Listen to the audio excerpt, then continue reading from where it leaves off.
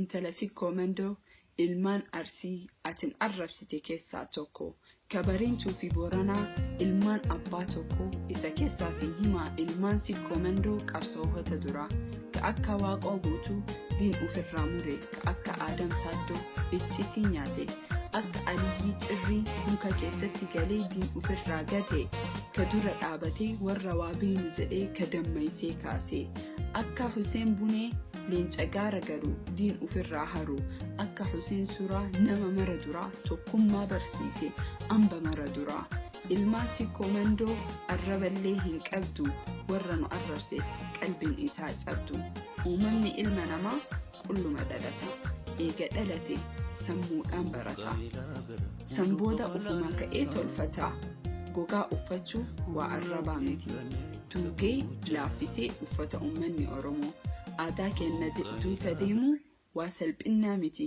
kun arraba hin ta'u asoobeeti ati nama ajiifachuun waan kennaa miti wallaala akka keetii faranjitu duugee duudassi uffisa mee kamtu kam caala doktora moo beeka wallaala moo nama ijni si haa jaamtu hin jedhu Dr.aguma bayyisa jaamaa nuhuu hin qabnu ka akka keetii Oromoo nuu hin qabdu Ingiliffaa dubbatteef waa barmoota hin ta'u suufii uffatteef waa beekumsa hin ta'u jaamaa akka keetii uguruu hin gahu The problem with you are selfish, you are ungrateful, you are judgmental.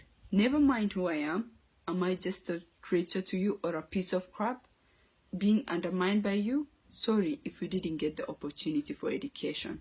Sad, you're the one questioning that. You say we talk trash and spread hate? Touche, you're the one saying that. How can you forget the pain and sleepless nights that was caused by a lack of our unity? Or you wouldn't know that because you are on your bed with a mag on your hand? The so-called icon you are. Funny, you're claiming to be one of us and yet bring us apart. We got here with our unit. If you are not helping, you should leave us with that. My problem with you is not that you take yourself so high, it's how you take others low. Jealousy, it's all to happen and sometimes blow. But insulting the whole community, that's low, really low. Though it's not your fault, it shows how thick-up head you are. If you are paid to create some tension, you can mention, how can you be our sunshine if you are not the moon in our stars? Ilmeen fardaa waashillee dhabdu maree hin dhabdu.